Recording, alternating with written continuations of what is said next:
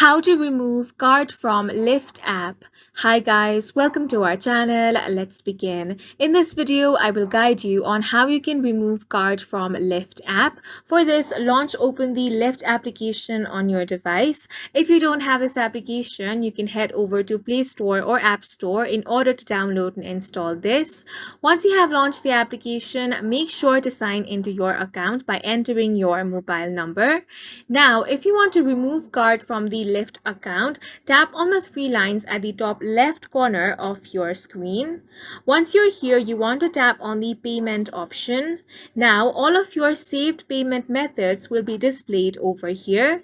If you want to remove your card, you can do that from here.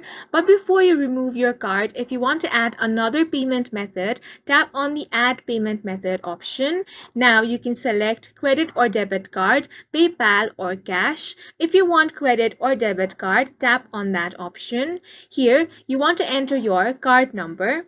Then enter the expiration date of your credit card number, enter your CVV number, and then enter your postal code. After that, tap on the Save option.